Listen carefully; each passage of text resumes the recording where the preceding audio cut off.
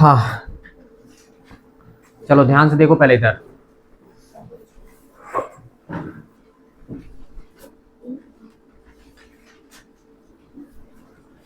निर्देशांक ज्यामिति चैप्टर कौन सा हमारा 3 है, ठीक है ना। तो निर्देशांक ज्यामिति इससे भी कितने नंबर का आना है, 8 नंबर का आना है, ठीक है। तो आज अपन जानेंगे कि निर्देशांक ज्यामिति है क्या और इसमें अपन को पढ़ना क्या क्या है, ठीक है। चलो देखते हैं। वैसे इसमें भी ज्यादा कुछ है नहीं, बस अगर आप ये ध्यान से देख लेंगे तो सारी चीजें क्या हो जाती बन जाती हैं, ठीक है।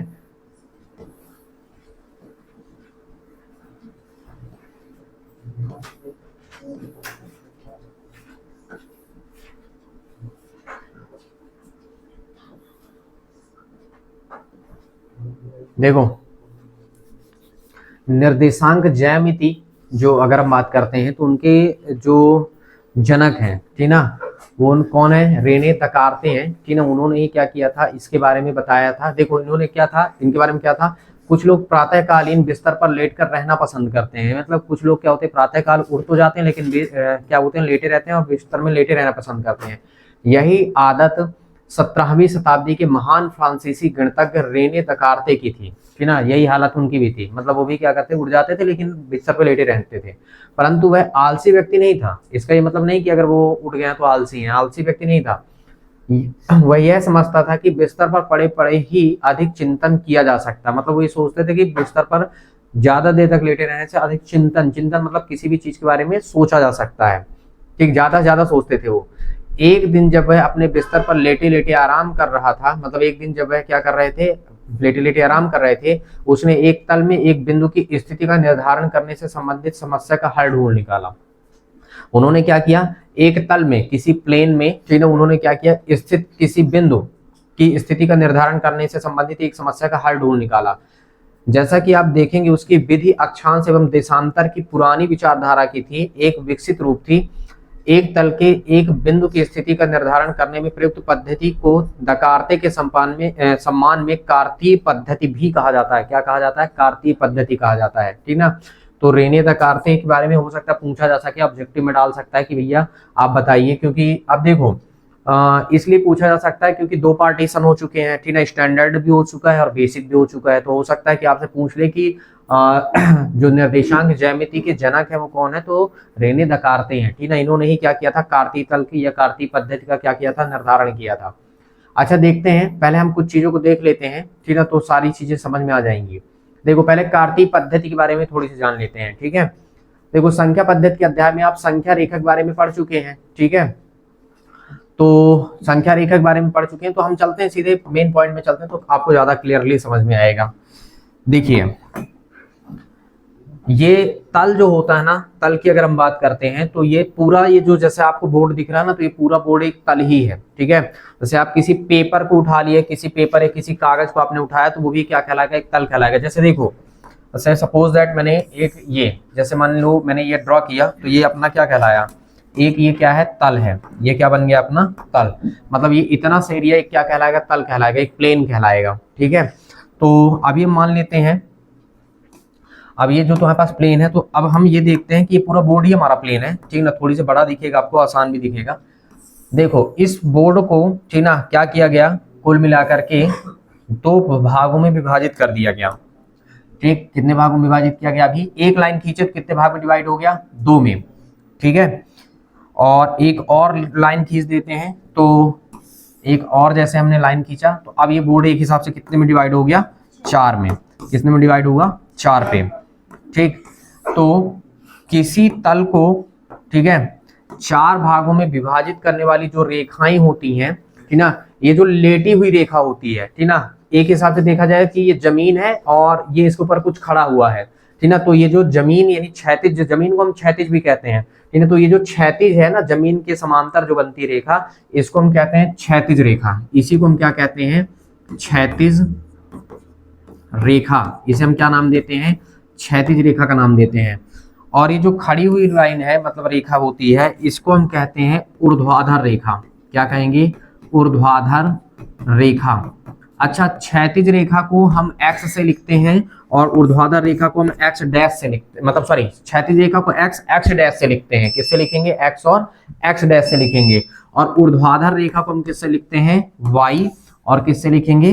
y डैश से लिखेंगे। अच्छा, y डैश का मतलब ये होता है, चाहे आप x डैश लिखिए, चाहे x डैश आप लिख दीजिए ऐसे, ठीक है, x डैश लिखिए, या तो फिर आप माइनस एक्स लिख दीजिए, वो आपकी चॉइस है। चाहे वाई डैश लिख दीजिए, चाहे माइनस वाई लिख दीजिए, ठीक ना, ये आपकी चॉइस होती है। तो देखो, कार्तीय तल को, मतलब किसी भी समतल यानी कार्तीय तल को, ये पूरा कार्तीय तल कहलाएगा, ठीक ना, कोई भी प्लेन होगा वो कार्तीय तल होगा। कार्तीय तल को 4 भागों में विभाजित करने वाली रेखाओं के नाम क्या होते हैं? तो एक रेखा होती है क्षैतिज रेखा, और एक रेखा क्या होती है? ऊर्ध्वाधर रेखा। 2 प्रकार की रेखाएं होती हैं, एक तुम्हारे पास क्या रहेगी? क्षैतिज रेखा, और एक तुम्हारे पास क्या रहती है? ऊर्ध्वाधर रेखा, ठीक है। अच्छा, क्षैतिज रेखा और ऊर्ध्वाधर रेखा एक दूसरे को जिस बिंदु पर काटते हैं ना, उसको कहा जाता है मूल बिंदु। क्या कहते हैं?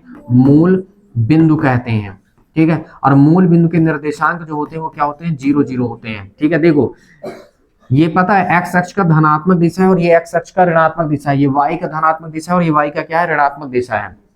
तो ये पेपर में क्वेश्चन बनता है कि एक्स अक्ष को निर्धारित, मतलब कि कार्तीय तल को विभाजित करने वाली रेखाओं के नाम बताइए। 2 नंबर में क्वेश्चन में आता है। तो कार्तीय तल को विभाजित करने वाली रेखाओं का नाम क्या है? तो क्षैतिज रेखा और क्या है? ऊर्ध्वाधर रेखा। क्षैतिज रेखा को हम क्या, कभी कभी ऐसा भी पूछता है कि क्षैतिज रेखा को क्या कहते हैं? क्षैतिज रेखा कौन होती है? तो क्षैतिज रेखा मतलब एक्स अक्ष को ही हम क्या कहते हैं? क्षैतिज रेखा कहते हैं, और वाई अक्ष को हम क्या कहते हैं? कुल मिला के ऊर्ध्वाधर रेखा कहते हैं, ठीक है। लेकिन वो जनरली क्वेश्चन ऐसे पूछेगा कि कार्तीय तल को विभाजित करने वाली रेखाओं के नाम बताइए। कार्तीय तल को 4 भागों में विभाजित करने वाली रेखाओं के नाम बताइए, ठीक है, या फिर कार्तीय तल को विभाजित करने वाली रेखाओं के नाम बताइए। अब ये जब कार्तीय तल में विभाजित हो जाता है, ठीक है, तो कार्तीय तल को विभाजित, कार्तीय तल को 4 भाग में विभाजित करने वाली रेखाओं के नाम क्या है? क्षैतिज रेखा और ऊर्ध्वाधर रेखा। ऊर्ध्वाधर रेखा और क्षैतिज रेखा जिस बिंदु पर प्रतिच्छेद करती हैं, मतलब काटती हैं एक दूसरे को या मिलती हैं, उसे हम क्या कहते हैं? मूल बिंदु कहते हैं। क्या कहते हैं? मूल बिंदु, ठीक। और मूल बिंदु के निर्देशांक क्या होते हैं? 0 0 होते हैं। क्षैतिज रेखा और ऊर्ध्वाधर रेखा के काटने से जो 4 तल, मतलब एक जो तल है वो 4 भाग में जो विभाजित होता है, उसको हम चतुर्थांश कहते हैं। क्या कहेंगे? चतुर्थांश। ये चतुर्थांश का निर्माण होता है। तो 4 चतुर्थांश बनते हैं। ये प्रथम चतुर्थांश है, ये द्वितीय चतुर्थांश है, और ये तृतीय चतुर्थांश है, और ये चतुर्थ चतुर्थांश है, ठीक ना। मतलब क्षैतिज रेखा और ऊर्ध्वाधर रेखा, ठीक ना, एक दूसरे को, यानी क्षैतिज रेखा और ऊर्ध्वाधर रेखा जो होती है वो कार्तीय तल को विभाजित करती हैं 4 भागों में। तो प्रत्येक भाग क्या कहलाता है? चतुर्थांश कहलाता है, मतलब 1/4 भाग है, ठीक है। उस तल का 1/4 भाग होने के कारण ही हम क्या कहते हैं? चतुर्थांश नाम दिए हैं, ठीक है। तो यही है प्रथम चतुर्थांश। उपनांग नहीं कि तुम इधर से 1 2 3 4 कर दिए, ठीक ना, वो ऐसा नहीं है, ठीक ना। प्रथम चतुर्थांश ये है, द्वितीय चतुर्थांश ये है, तृतीय चतुर्थांश ये है, और चतुर्थ चतुर्थांश ये है।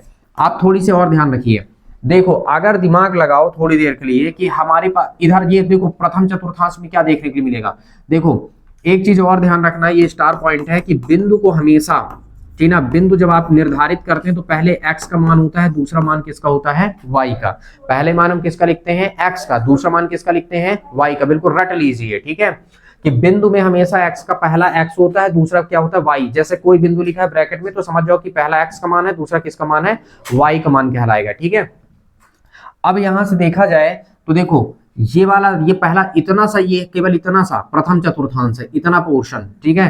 तो इसका मतलब पहले x का मान लिखेंगे, फिर y का मान। तो देखो, यहाँ पे इधर वाला पोर्शन अगर देखें तो ये भी धन है और ये भी धन है, मतलब पहले चतुर्थांश में स्थित समस्त बिंदु क्या होते हैं? धनात्मक होते हैं। क्या होंगे? धनात्मक। मतलब देखो, पहले चतुर्थांश में जो होगा वो क्या होगा? धनात्मक होगा। अब इधर देखो, दूसरे को देखते हैं, तो दूसरे में पहले x वाला क्या है? ऋण का है, क्योंकि डैश का मतलब क्या है? ऋण है, और y वाला काहे का है? धन का। तो द्वितीय चतुर्थांश में स्थित जो बिंदु होते हैं वो माइनस और प्लस के चलते हैं। अगर दोनों धन धन है तो प्रथम में स्थित है, और एक ऋण है और एक धन है तो कहाँ है? द्वितीय में स्थित है। तीसरे में देखते हैं थोड़ी से, ये वाला ऋण का है, ये वाला भी ऋण का है, डैश का मतलब ऋण, मतलब x वाला भी ऋण है और y वाला भी ऋण है। मतलब अगर दोनों मान ऋणात्मक है तो इसका साफ मतलब ये है, ठीक है, कि वो तृतीय चतुर्थांश में स्थित है। कहाँ स्थित है? वो तृतीय चतुर्थांश में स्थित है। अब हम अगला देखते हैं, चतुर्थ में देखते हैं। तो देखो, पहले x को देखना है, तो पहला x धन है और y वाला क्या? ऋण है। मतलब पहला धन है और दूसरा क्या है? ऋण है। तो इसका मतलब कहाँ स्थित है? वो चतुर्थ चतुर्थांश में स्थित है। क्लियर हुआ मैंने क्या कहा? पेपर में हमेशा क्वेश्चन पूछता है 3 से 4 नंबर या 2 3 4 नंबर का आता है कि आपको चतुर्थांश का निर्धारण करना है कि कौन से बिंदु किस चतुर्थांश में स्थित है। समझ गए, कौन से बिंदु किस चतुर्थांश में स्थित है, इसके बारे में आपसे जरूर पूछता है वो। ठीक, तो अगर हम देखें, ठीक है, मैं इसको थोड़ी सी छोटा करता हूं। ये प्रथम चतुर्थांश में किसमें, प्रथम चतुर्थांश में, प्रथम चतुर्थांश में दोनों बिंदु धनात्मक होते हैं। ठीक है, और द्वितीय चतुर्थांश में क्या होता है, द्वितीय चतुर्थांश में दोनों बिंदु क्या होते हैं, एक बिंदु क्या होता है ऋणात्मक होता है और दूसरा बिंदु क्या होता है धनात्मक। और तृतीय चतुर्थांश में क्या होता है, अगर हम तृतीय की बात करते हैं तो एक क्या होता है तुम्हारे पास धनात्मक होता है, सॉरी तृतीय में क्या हो गया, ये दोनों क्या होते हैं ऋणात्मक होते हैं। और चतुर्थ में अपने पास अगर हम बात करते हैं किसके बारे में, चतुर्थ में, तो चतुर्थ में तुम्हारे पास क्या होता है, पहला धनात्मक होता है और दूसरा क्या होता है ऋणात्मक होता है। इसी से पहचान किया जाता है, पेपर में आता भी है 3 से 4 नंबर में कि बताइए कौन किस चतुर्थांश में स्थित है। ठीक है, बिंदु दे देगा और बिंदु देने के पश्चात क्या पूछता है, आपसे पूछता है कि बताओ कौन किस चतुर्थांश में स्थित है। ठीक है, चतुर्थांश में स्थित के बाद एक बात और बता देती है कि चतुर्थांश तो मान लीजिए, ठीक है, अगर कोई बिंदु एक्स अक्ष पर स्थित होगा, कहां स्थित होगा, एक्स अक्ष पर। ठीक है, मान लो बिंदु कहां स्थित है, बिंदु एक्स अक्ष पर है, तो निर्देशांक पता है क्या बनेगा, निर्देशांक बनेगा x और 0। मतलब x अक्ष पर y का मान 0 होता है, तो निर्देशांक मतलब देखो अगर बिंदु क्या है, बिंदु x अक्ष पर स्थित कोई बिंदु है जो x अक्ष पर स्थित है, तो उसका निर्देशांक क्या होगा, वो उस x का मान होगा और क्या होगा फिर y का मान क्या होगा, 0 होगा। मतलब कहने का ये मतलब है कि x अक्ष पर y का मान क्या होता है, 0 होता है। एक्सिस पर y का मान, एक्सिस मतलब अक्ष पर y का मान 0 होगा। अब मान लेते हैं थोड़ी देर के लिए, सेकेंड ये कॉन्सेप्ट है कि बिंदु मान लेते हैं, बिंदु कहां स्थित है, मान लो y अक्ष पर स्थित है, कहां स्थित है, y अक्ष पर स्थित है। तो इस केस में सेम लिखना है, अगर y अक्ष पर बिंदु स्थित है तो इसका मतलब x का मान 0 होगा और y का मान कुछ ना कुछ होगा, जो भी दिया जाएगा वो y का मान जरूर वहां पे होगा। ठीक, तो ये तुम्हारे पास कॉन्सेप्ट है। देखो अगर कोई बिंदु कहां स्थित है, y अक्ष पर स्थित है, ठीक है, तो इसका मतलब y का मान होगा लेकिन x का मान क्या होगा, नहीं होगा, क्योंकि पहला x ही लिखा जाता है ना, तो x का मान 0 हो जाएगा, y का मान क्या रहेगा, कुछ ना कुछ रहेगा। ठीक है, तो याद कर लीजिए कि अगर बिंदु कहां स्थित होता है, x अक्ष पर स्थित होता है, तो y का मान 0 होता है। पेपर में आ सकता है कि x अक्ष यानी बिंदु कहां है, x अक्ष पर स्थित है, तो y का मान खाली स्थान होगा, तो क्या होगा, y का मान 0। और अगर बिंदु कहां स्थित है, y अक्ष पर स्थित है, तब x का मान क्या होगा, 0 होगा। ठीक है, ये दिमाग में होना चाहिए। अच्छा, अगर x की जगह में देखो, जगह पर देख, एक चीज और एग्जांपल में कुछ क्वेश्चंस ऐसे पूछता है वो, ठीक है ना, कि बताना है कि कौन कहां स्थित है। ठीक है, देखो मान लेते हैं थोड़ी देर के लिए हम एग्जांपल अपने से ले लेते हैं। मान लेते हैं पूछा गया कि बताइए बिंदु बताइए कहां स्थित है। ठीक है, मान लो दिया गया है 2 4, सेकेंड नंबर में दिया गया है 6 ऋण 3, फिर तुम्हारे पास दिया गया है 3 0, फिर तुम्हारे पास दिया गया है 8 ऋण 8 ऋण 4, फिर आपके पास मान लेते दिया गया है 3 और 0 और 2। ठीक, ये दिया गया है। अब आपसे ये पूछा जा रहा है कि आपको बताना है कि ये बिंदु कहाँ स्थित है। तो आपको ये जब रटे रहोगे तब दिमाग में आएगा, आपको हल भी करना होगा तो सेम ऐसे नंबरिंग करके आप लिख सकते हो। ठीक है, दोनों मान धनात्मक हैं।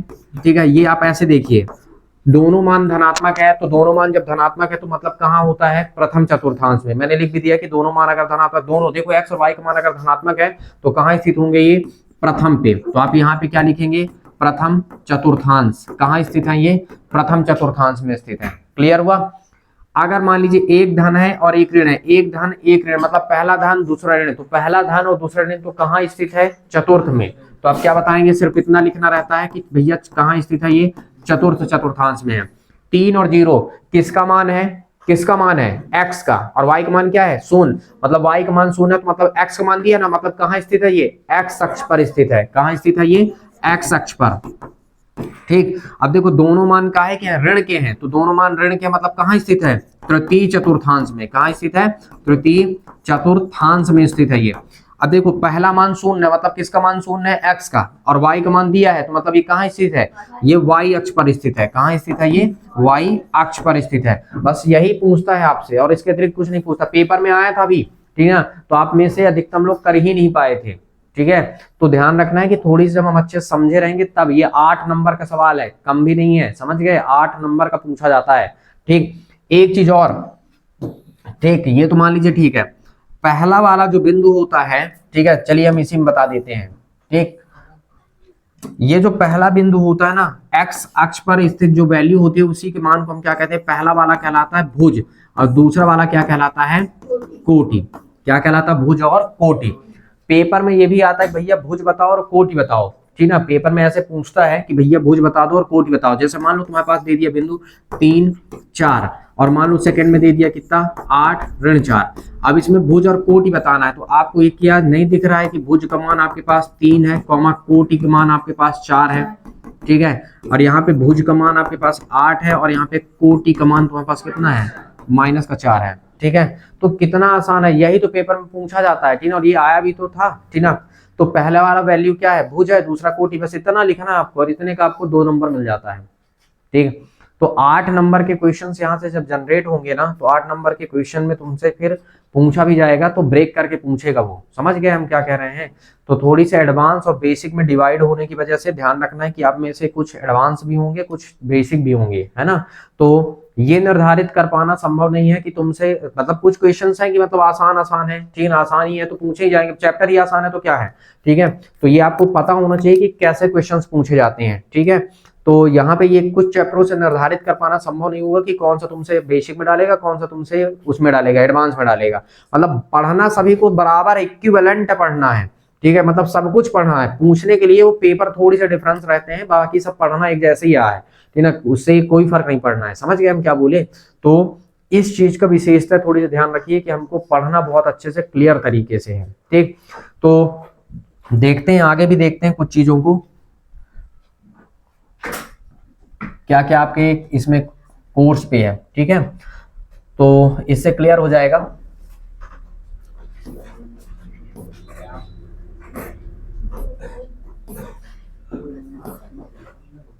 देखिए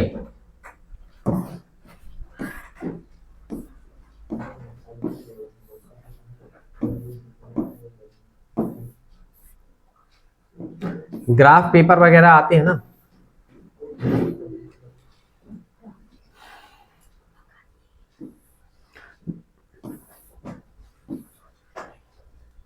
ये देखो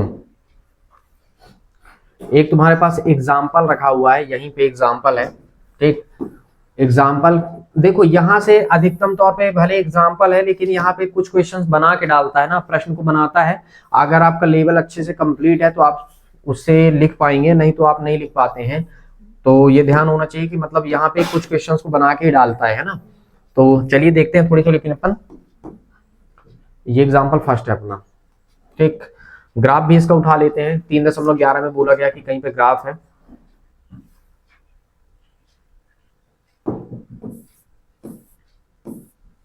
ये बेटा इसका ग्राफ,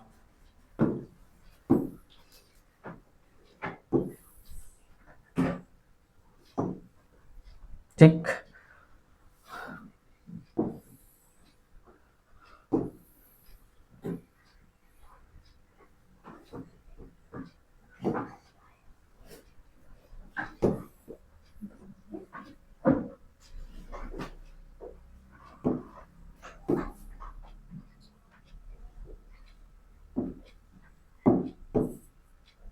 ठीक, देखो क्या बोला गया है, बिंदु बी का भुज और कोटि। पहले बिंदु बी का भुज पूछ रहा है, ठीक ना, तो बिंदु बी कहाँ है, पहले तो हम ये ढूंढ लें कि भैया बिंदु बी हमारा है कहाँ। तो चलो हम देखते हैं बिंदु बी कहाँ है। बिंदु बी कहाँ है, ये है। तो बिंदु बी में देखो, बिंदु बी कहाँ से स्टार्ट हो रहा है, तो पहले एक्स का मान उठाते हैं, कहाँ से, एक्स अक्ष पे देखो कहाँ से चला, 4 से कहाँ तक गया, 3 तक। तो भुज का मान कितना हुआ, 4, और कोटि का मान कितना हुआ, 3। तो निर्देशांक कितना बन गया, 4,3, ठीक है, यही है, ठीक है। फिर देखो क्या बोल रहा है तुम्हारे पास, बिंदु एम के में, अब देखो क्या बोला, बिंदु एम के एक्स निर्देशांक और वाई निर्देशांक। तो बिंदु एम कहाँ है, ये, तो एक्स का मान कहाँ से स्टार्ट हुआ, ऋण 3 से कहाँ तक गया, 4 तक। तो एक्स का निर्देशांक कितना हुआ, -3, वही भुज है, वही एक्स का निर्देशांक।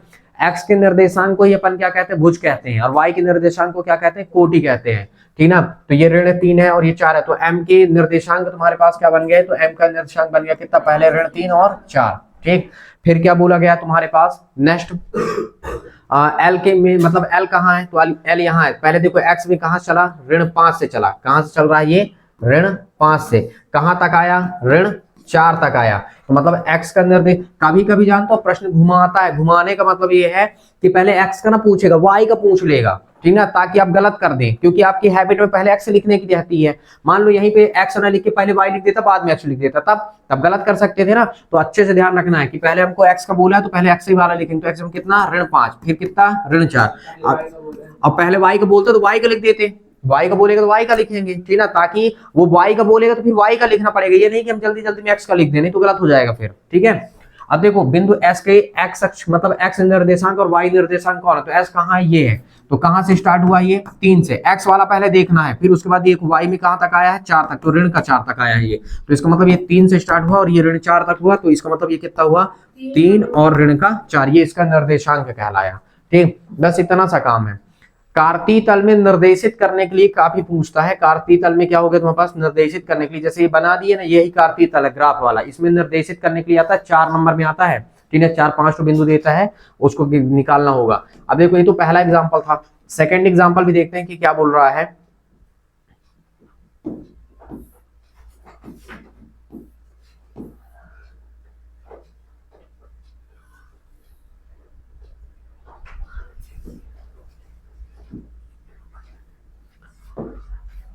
यहां पे सिर्फ इतना बोला है, ठीक है,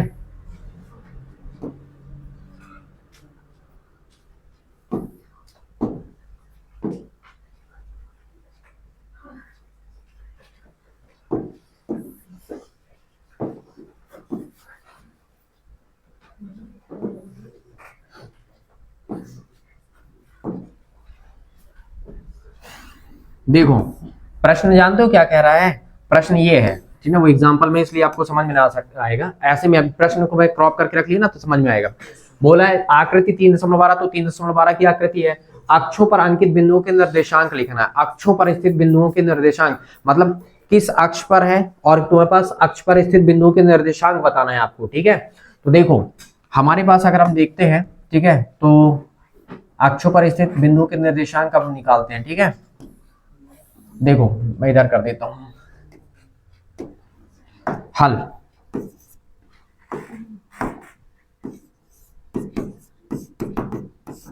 क्या बोला है, पहले हम ए का निकाल लेते हैं, चलो तो ए के निर्देशांक, ए के निर्देशांक, तो देखो ए का निर्देशांक बराबर क्या है, ए कहां है, एक्स अक्ष पर, तो एक्स अक्ष पर यानी 4 और वाई का मान क्या होगा, एक्स अक्ष पर वाई का मान क्या होता है, 0 होता है, तो इसका मतलब कितना हो गया, 4 और 0।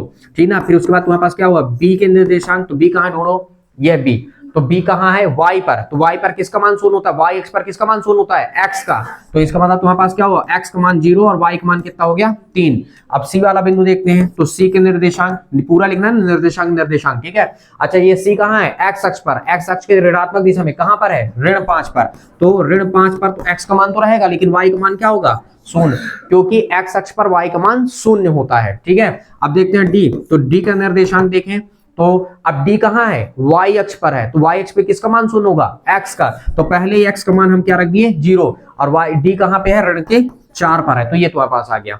फिर उसके बाद क्या बोला गया है नेक्स्ट, ई का निर्देशांक है ना, तो ई का निर्देशांक तुम्हारे पास क्या बनेगा, ई है कहां, ये है, लेकिन ई जानते हो कहां पे, 2/3 में है, देखो दिखाया है कि 2/3 पर है, तो एक्स अक्ष पर है, ठीक है, बिंदु मतलब कहां पे, एक्स में, तो 2/3 पर है, और वाई का मान क्या होगा, 0 होगा। फिर ई के बाद बस और कुछ है क्या, खत्म है, क्यों है कहाँ पूछ रहा है, वो तो हल का दिया है ना, तो हल मत देखो ना आप, ठीक ना, हल क्यों देख रहे हो आप, ठीक ना, हमारा क्वेश्चन मेन तो ये है ना, समझ गए, तो ये है मेन क्वेश्चन, बस हमारा ये आंसर है।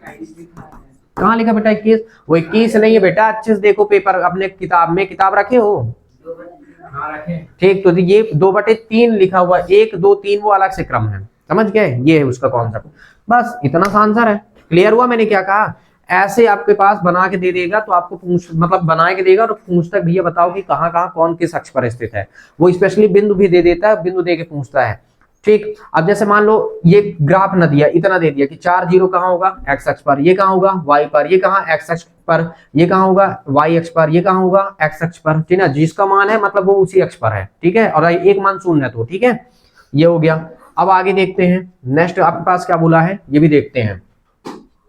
8 नंबर यहां से बिल्कुल कसम खा लीजिए कि हमको उठाना है, क्योंकि 8 नंबर का आना है यहां से, ठीक ना, और 8 नंबर का आएगा तो इसका मतलब साफ है कि आपसे अच्छे से बनना चाहिए।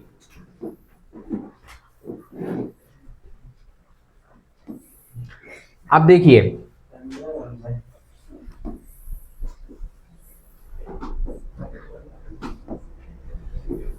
3.1 में कुछ नहीं है, 3.1 इसके बाद मैं बताऊंगा अभी, ठीक ना। 3.2 पहले 3.2 में देखिए, जो आप ग्राफ देख चुके हैं ना उसके अकॉर्डिंग देख लीजिए।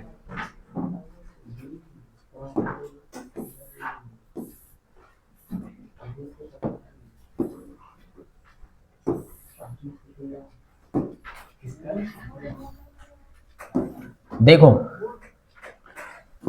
क्या बोला गया है 3.2 में, क्या बोला गया है 3.2 का जो क्वेश्चन है बेटा वो ये कह रहा है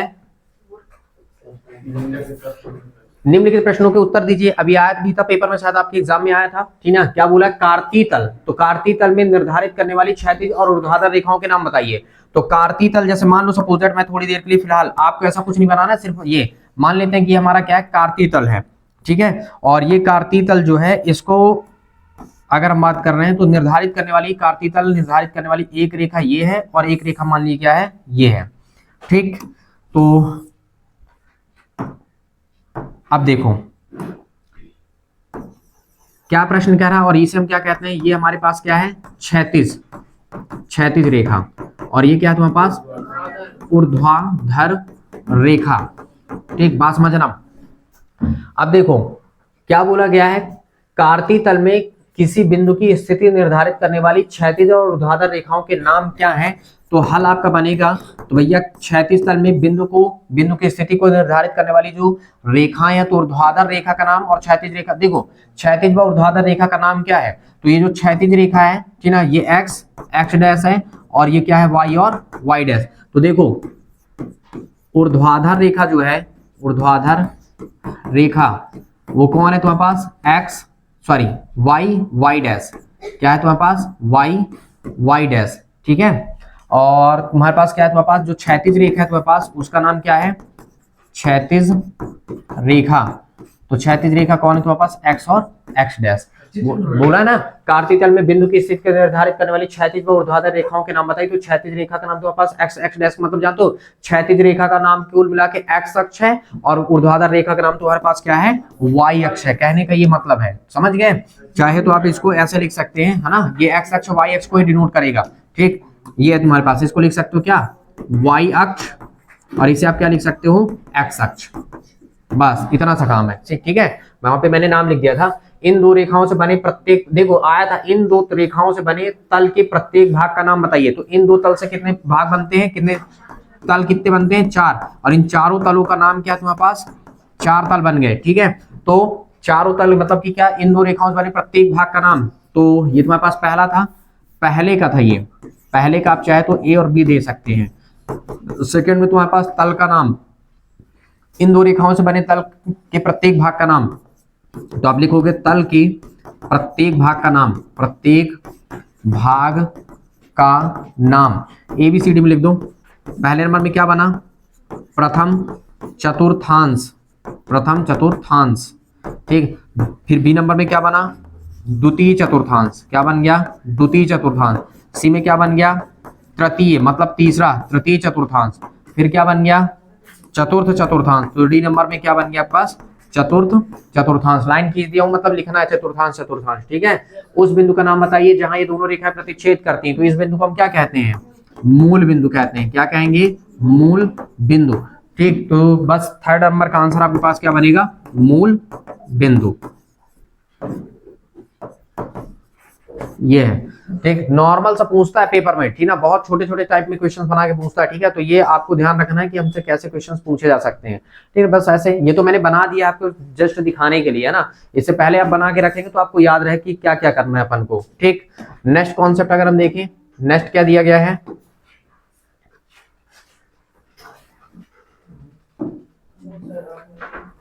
एक आकृति आपको प्रोवाइड की गई है, साथ में आपके पास ये भी कुछ दिया गया है, ठीक है। तो चलो देखते हैं, पहले हम आकृति को बाद में लेंगे, पहले हम इसको लेते हैं। पहले ये आ गया अपना, अब आकृति लेते हैं।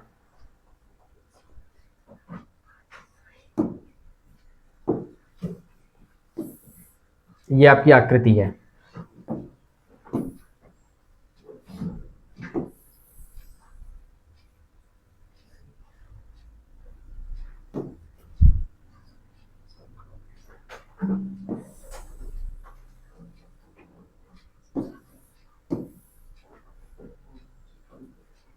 ठीक, बगल में मैंने आकृति रख दिया। अब देखो क्या बोल रहा है, बोल रहा है 13 मतलब 3.14 आकृति को देखना है। मतलब पता है 3.14 का मतलब अध्याय 3 का 14वें नंबर का चित्र है ये, ठीक ना। इसका ये मतलब है, यहाँ पे समझ गया। अध्याय 3 का कौन सा 14वें नंबर का चित्र है, 3.14 का मतलब देखना है। यहाँ पे आकृति को देखना, बी का निर्देशांक बताना है, मतलब आपको निर्देशांक बताना है। तो देखो हल पहले नंबर में किसका बोला है, बी के निर्देशांक, ठीक। तो बी के निर्देशांक तुम्हारे पास क्या निकल के आएंगे, बराबर लगाओ। बी कहाँ, पहले देखो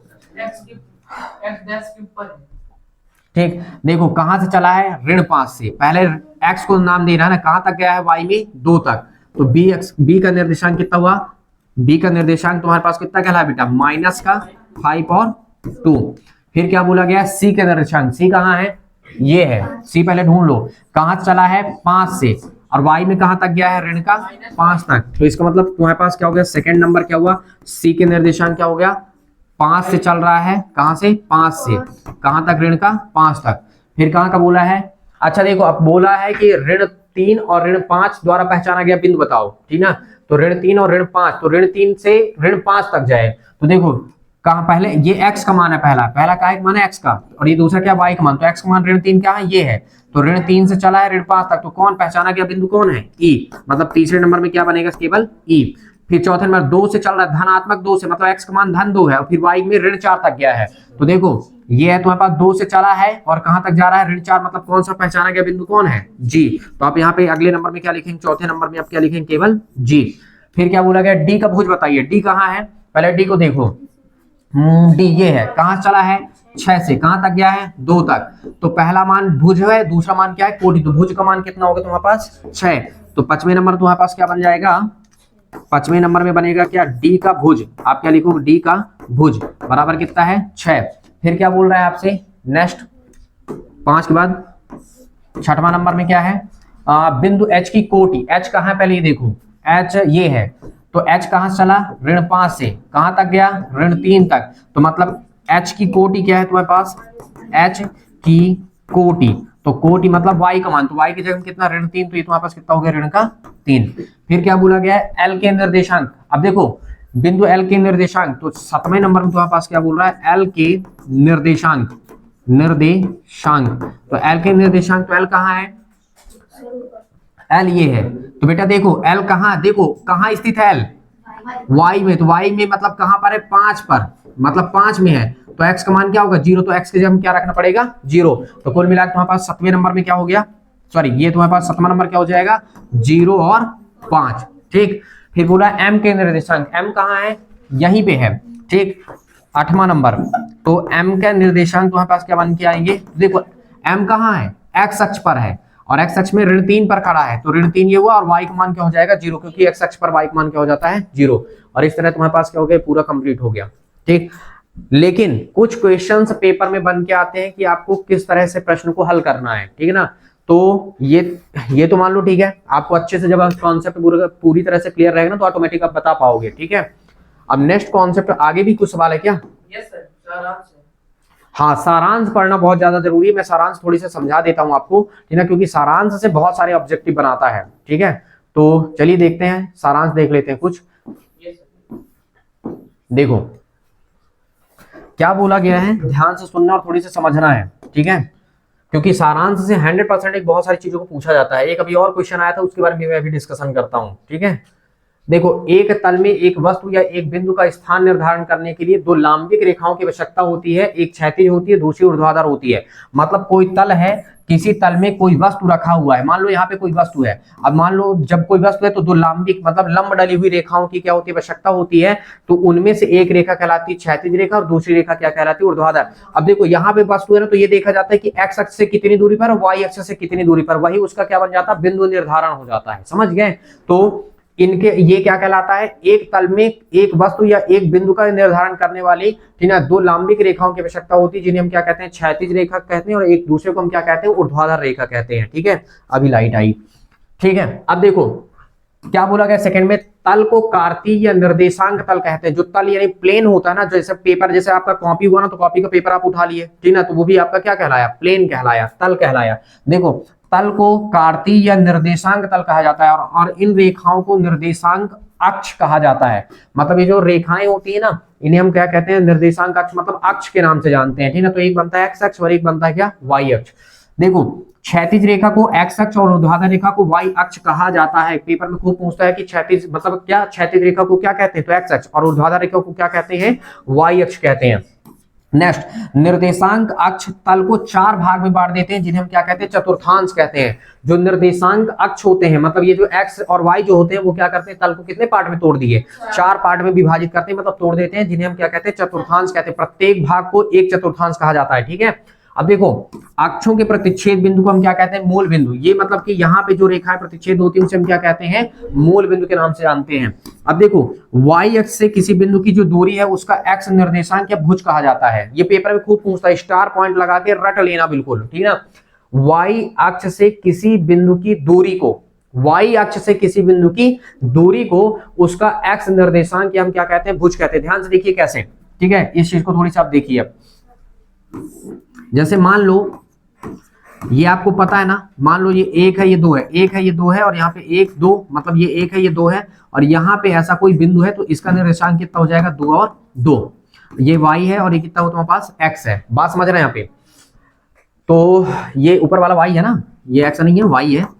अब देखो इस केस में तुम्हारे पास क्या हुआ, क्या बोला गया, x अक्ष से किसी बिंदु की दूरी, ठीक है, सॉरी y अक्ष से किसी बिंदु की दूरी को, तो y अक्ष से दूरी, y अक्ष से बताओ y से इस बिंदु की दूरी कितनी है।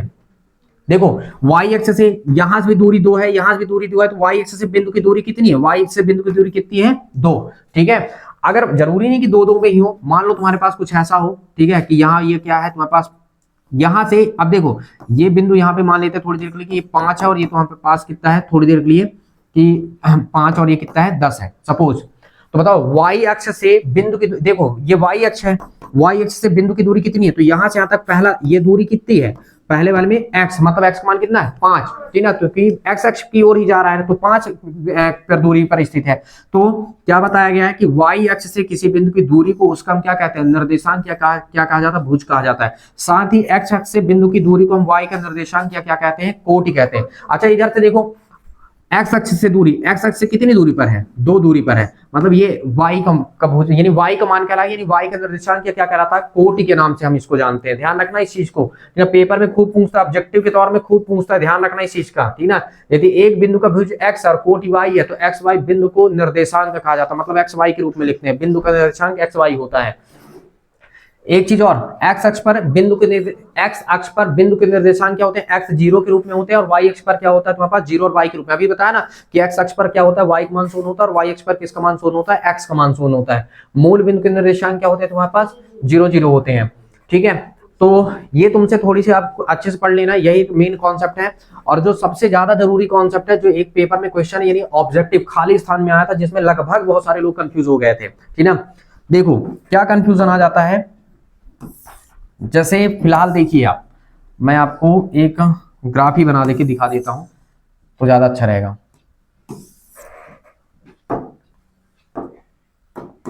मान लीजिए ये कितना है, एक है, ये दो है, ये तीन है, और ये चार है। ठीक है, ये एक है, ये दो है, ये ऋण एक, ऋण दो, ऋण का तीन, क्योंकि ये x वाला पोर्शन है, ये x डैश का पोर्शन है, और ये y का पोर्शन है, और ये y डैश का पोर्शन है। 1 2 3 1 2 3, और ये मान लेते हैं थोड़ी देर के लिए कितना है, -1 -2 और -3। ठीक है, अब देखो यहाँ पे मान लेते हैं कि यहाँ पे एक बिंदु है, तो ये कहाँ से चला, एक से कहाँ तक, ये है, ये 3, मतलब 3 और कितना हुआ 1।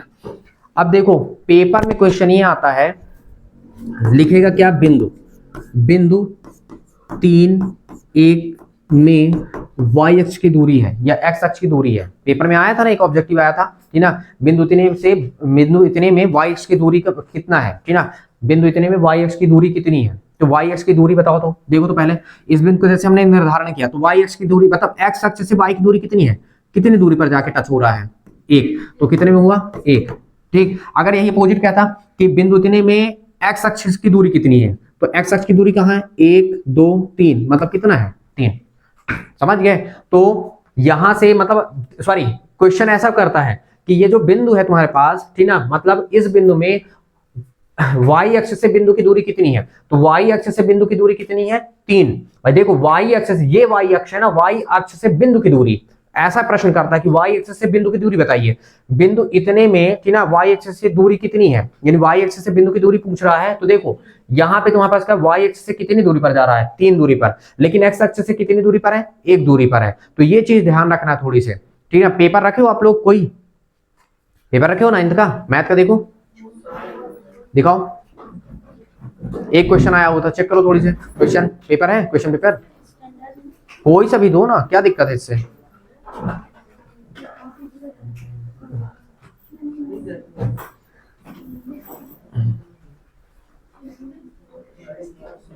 है दो दो,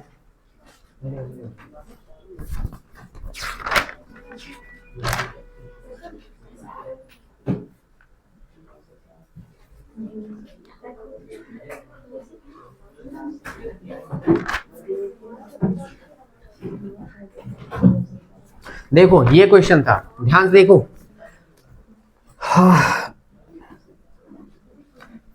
देखो क्या लिखा है, हो सकता है दिख जाए, ठीक है। बिंदु 3 2 क्या दिया है, बिंदु दिया है 3 और 2 में y अक्ष से दूरी कितनी होगी। बिंदु 3 2 में क्या बोल रहा है, बिंदु 3 2 में y अक्ष से दूरी पूछा है, बिंदु का नाम क्या है 3 और 2 में y अक्ष से दूरी। अच्छा ध्यान से देखना, बिंदु 2 क्या है 3 2, तो 3 ये है। अब मैं इसको थोड़ी सी मिटा देता हूं और यहाँ पे देखना, ठीक है, यहीं पे निर्धारित करता हूं, ठीक है। तो ये 3 से चला गया कहां तक, 2 तक, तो ये बिंदु मान लेते हैं ए नामक कोई बिंदु है, ये 3 और क्या है 2 है, ठीक है, 3 और क्या है 2, बात समझना। तो प्रश्न क्या कह रहा है, बिंदु 3 2 की y अक्ष से दूरी क्या होगी, तो 3 2 ये है, तो y अक्ष से देखो, तो ये तो y अक्ष है ना, y अक्ष आपका ये है, तो y अक्ष से इस बिंदु की दूरी कितनी पर है, तो यहाँ देखो, यहाँ इसको मिलान करो कितना है 3, तो y अक्ष से दूरी कितनी हुई 3।